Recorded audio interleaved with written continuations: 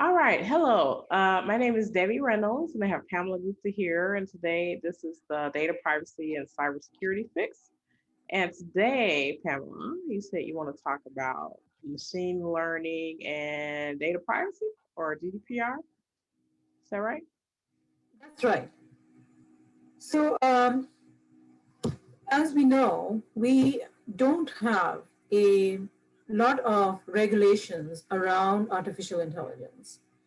And traditionally, we have looked to Europe for coming up with regulations around data protection, data privacy, etc. It seems in this case, for artificial intelligence also, we are looking and relying on Europe and specifically for GDPR. Um, I know it is not a regulation that is only focused on machine learning, but there are elements of GDPR that are really important when it comes to artificial intelligence and specifically for machine learning systems. And I think it's worth talking about that. Yeah, sure. Um, it's true. It's true. So I think also, so you said machine learning and AI. So I'll kind of throw those in together, right? So it's basically the way algorithms work and the way people use data to provide insights and to make decisions. And some of those things aren't as transparent as they should be because there aren't like a lot of laws around it. And I think you're right. This is kind of a developing area. I have a friend in New Zealand that his work is to actually audit AI and algorithms. And then, you know, like you said, there isn't like a ton of regulation around this. There is some stuff in the GDPR about automated decision making, which people interpret as being about machine learning and AI. And I would agree with them to that extent. But I think this issue needs a lot more focus because algorithms are being used all over the world for a lot of different things, right? Right. So there, Debbie, there are four things in GDPR that really talk to machine learning and artificial intelligence. And I wanted to kind of just highlight firstly what they are, and then we can have a conversation around what that means. So the first is about fairness and discrimination. And GDPR calls out that data processing should be done to respect a subject's interest and not allow for discrimination.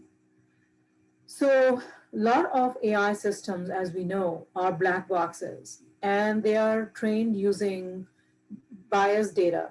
Okay. So, this is one point that is really important that we can leverage GDPR to drive fairness and discrimination in data processing and in AI systems. Okay. Um, I'll just list the other three as well, and then let's talk about what your thoughts are.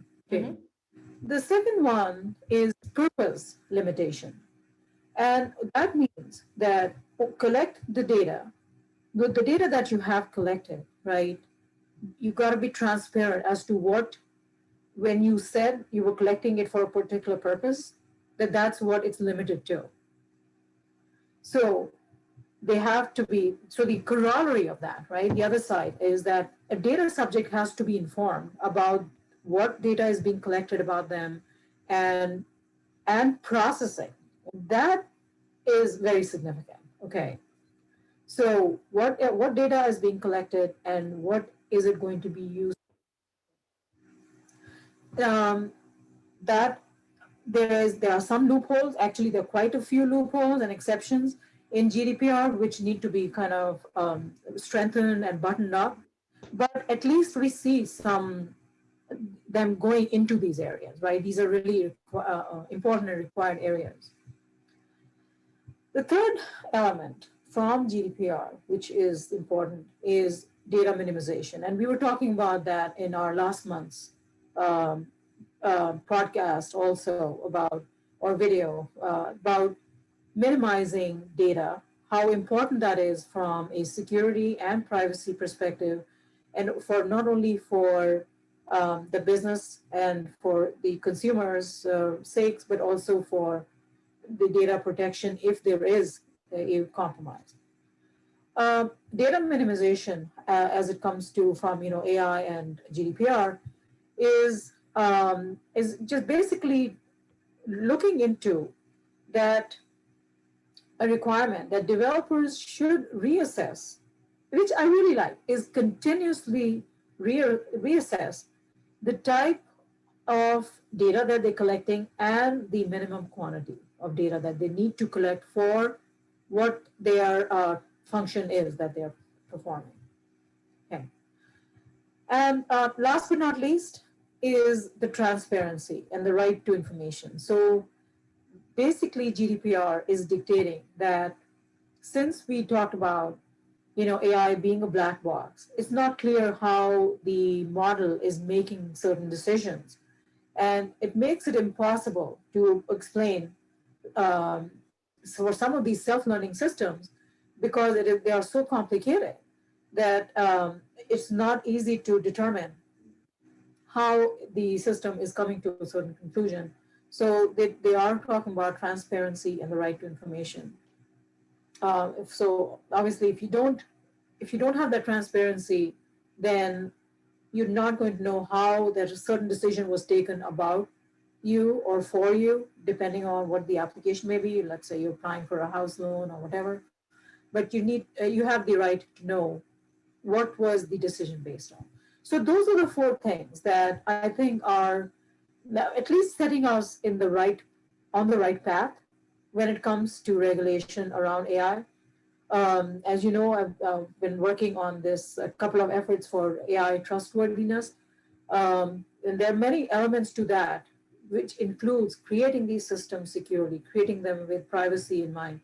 And I think we have a very big reliance or large reliance on regulations, which because it is a tough area, it's a complex area, AI being such a complex and vast domain, that we really don't have much regulation, like I said in the beginning. And I do like these four things that I mentioned about GDPR and how it affects AI regulation.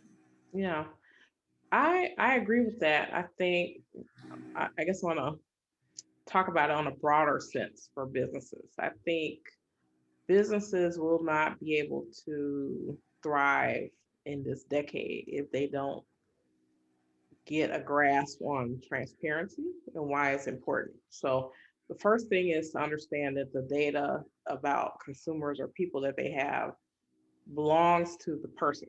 So, in Europe, privacy is a fundamental human right. So their rights travel with them, right, cradle to grave. Where in the US, your rights are sort of circumstantial. So they don't really travel with you. So I think companies, even before if we ever get like a federal data privacy regulation, I think people who are designing these systems need to assume that the data belongs to the person that gave it to you and that you're sort of a steward of that information. And then if you're transparent about what you're doing, all these other things will fall into place.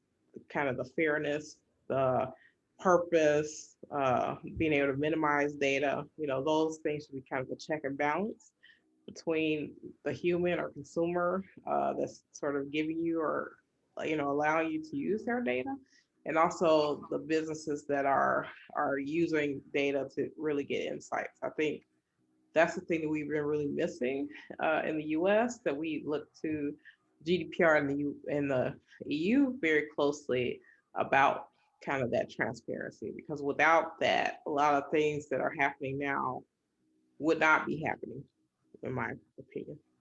Right. And like I said, there are GDPR, for example, right now in its current state does allow for exceptions.